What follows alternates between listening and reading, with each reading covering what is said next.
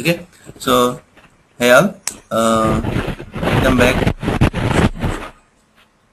So in today's session, we are going to discuss about object repository. Okay, and what are the types of object repositories? And after that, if time permits, we will see what is a merge repository, what is a merge repository, and how to do that.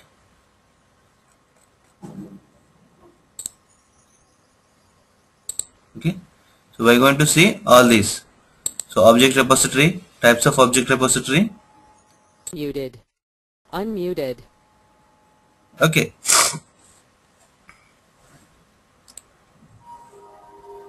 I think all of you can hear properly now. So what is an object repository? So as I was telling in the last session, if you are going with the descriptive programming, you no need to have a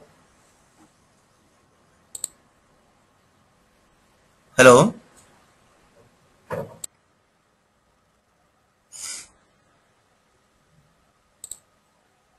Okay, sorry for the problem.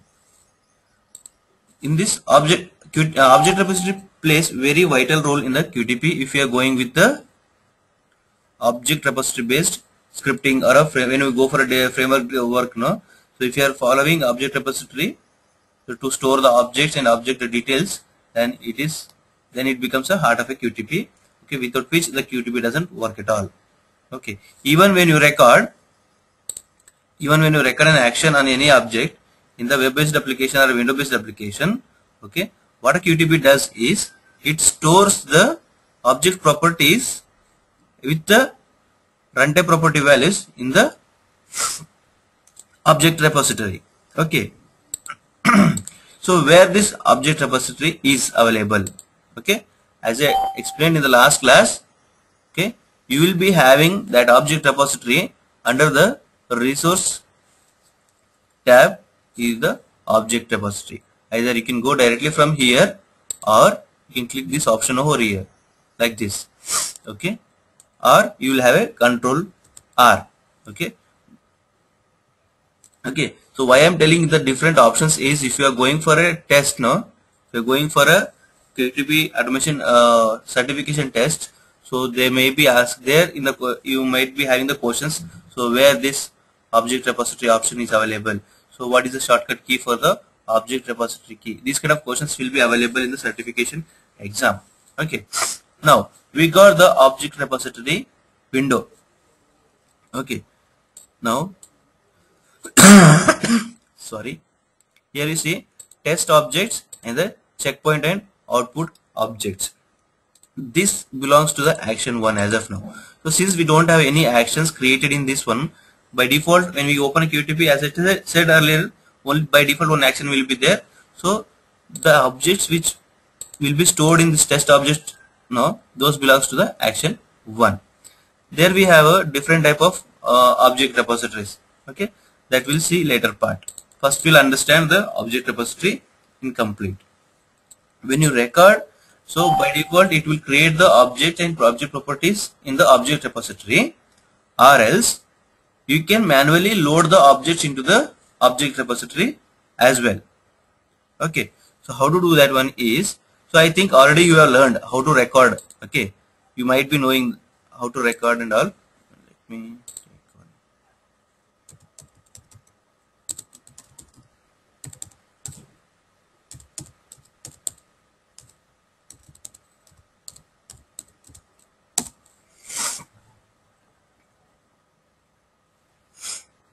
Okay, I am going to take one live application, okay, which you can download from the website. I'll give the website URL and all after the class. Okay, that is the object application name is ActiveTime. Okay, now I will record actions on this one. I'll record action on this application. Now what will happen in the object repository we will see. Okay, and how we are recording? We are recording the context sensitive recording mode. We are recording our actions in the application in a context sensitive recording mode. Okay.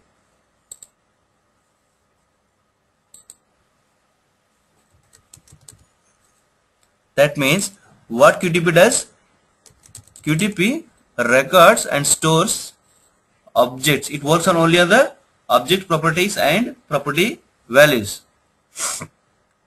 not on the location, or it won't go. It is not going to capture the mouse movement or a keyboard movement. So which will be done in analog recording mode and low level recording mode. Now I done with the recording. Now I'll stop the QTP.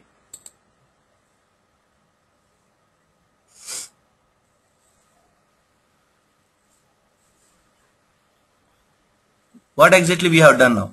Already application was open. Okay, already application was open and we recorded our actions on a QTP, so on a application. Okay, so sorry. So while recording, what we have done?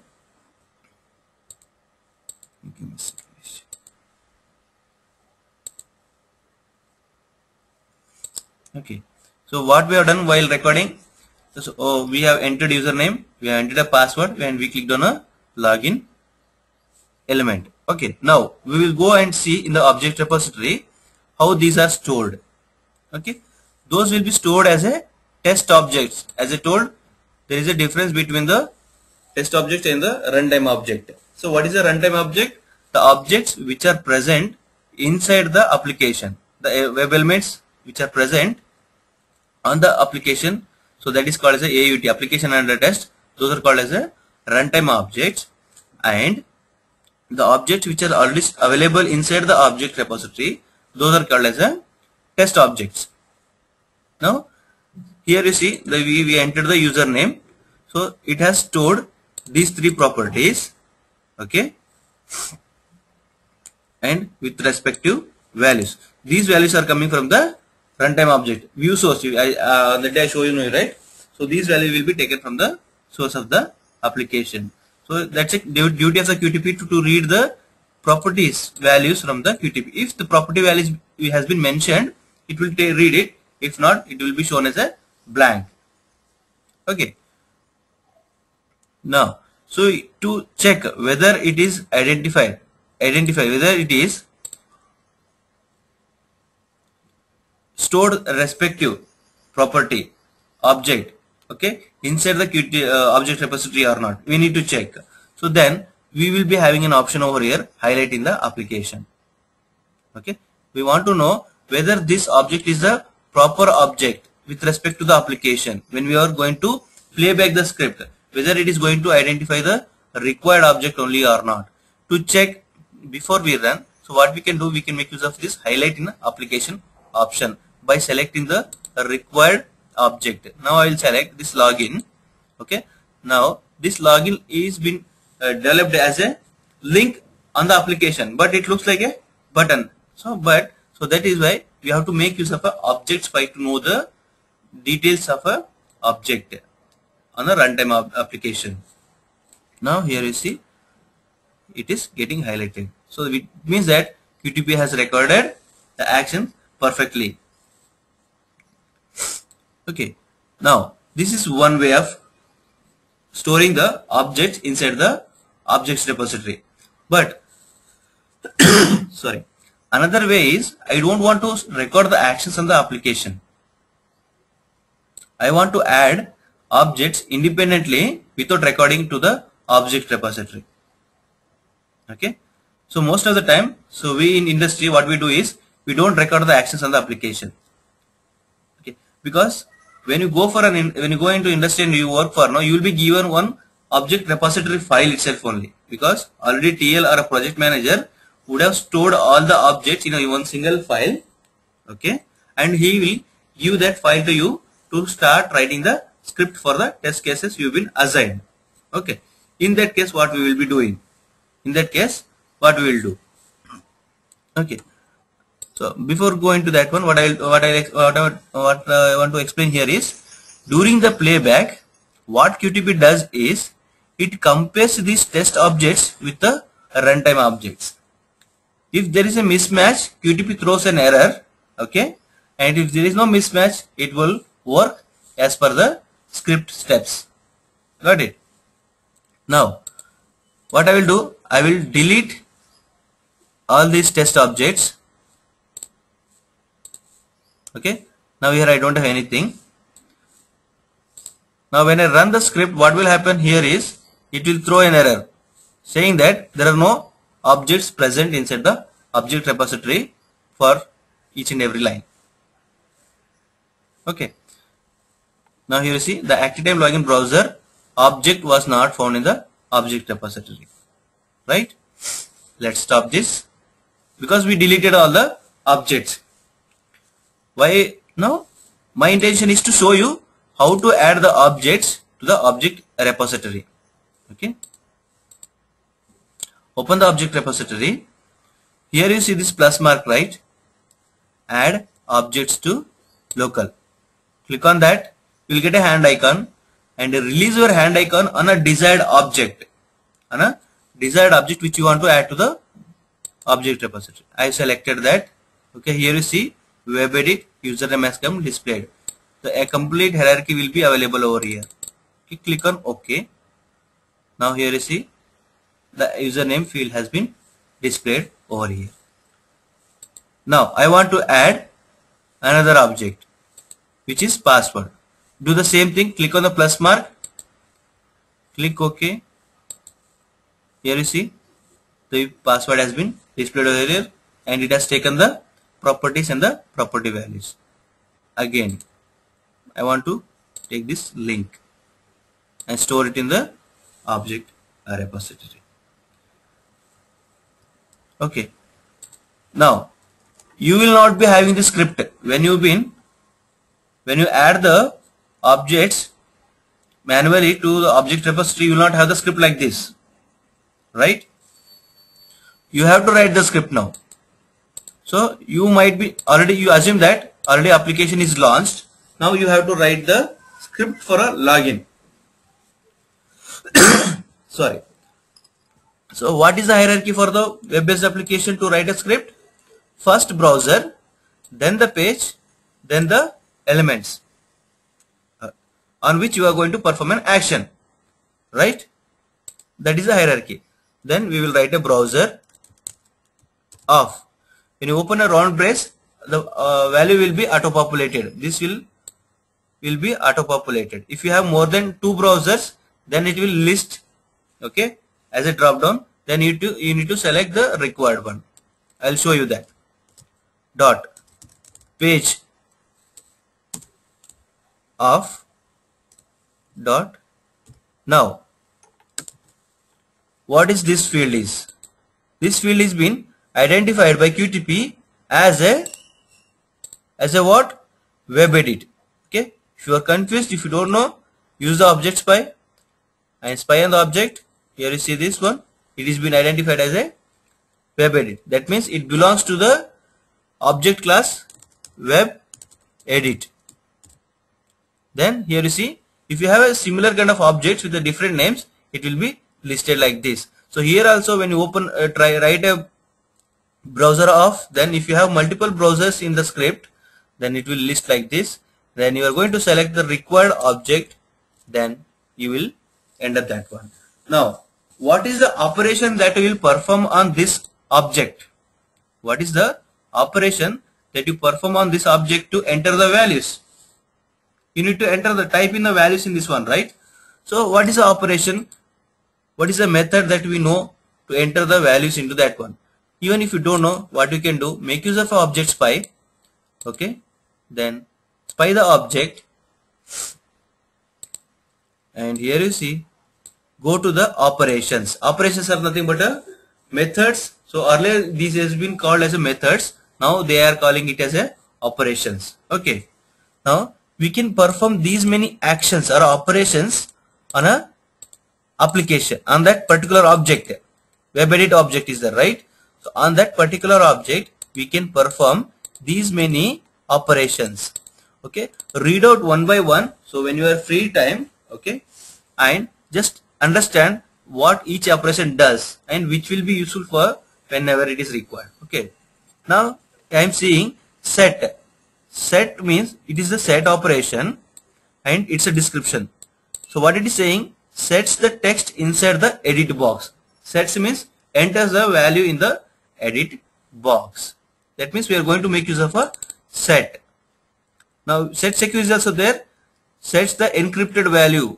Okay, encrypted value. So when we enter a password, that's a encrypted value, right? If you are entering an encrypted value, if you are trying to type in an encrypted value, then you should use the set secure. If you are not typing a encrypted value, then just use only set. Okay. Now what is the operation for this web edit? Set. Now you will see it has listed all the operations that you can perform on that object. Now give the space, enter a username. Okay. Now similarly, now we are done with the entering of the username for the username field. Now browser of dot page dot web edit of, now I have to enter the password. So if you have the encrypted string with you, then make use of a set secure, or else you can go with the set only. Okay. Then now what I have to do, I have to click on a login functionality. So that has been identified as a link instead of web button. It has been identified as a link. See here, login. Now what kind of operation we perform on this link? Okay, for a web edit we performed set, right? So for a link kind of operation, link kind of objects, what operation we perform? Okay, if you know directly you can mention it, else if you don't know, take the object spy. Okay, spy the object and go to the operations tab and see so which operation is required for you. Okay, read out one by one. Initial stage, since you are in initial stage, read out one by one in description. Okay, now here is the click operation. Clicks the object. Click is the operation. So what it does, it clicks on the object. Normally also what we do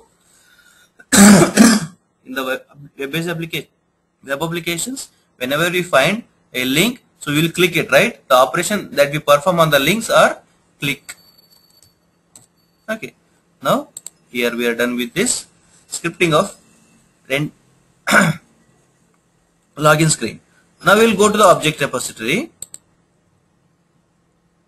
and we will see whether it is getting highlighted. Yes. So we have added the proper objects. Okay, properly. Now let us run the script and see whether our script is written properly or not using the object repository files. Fine, it is. The script is written perfectly. It has entered the username and the password and it clicked on a login button. Okay.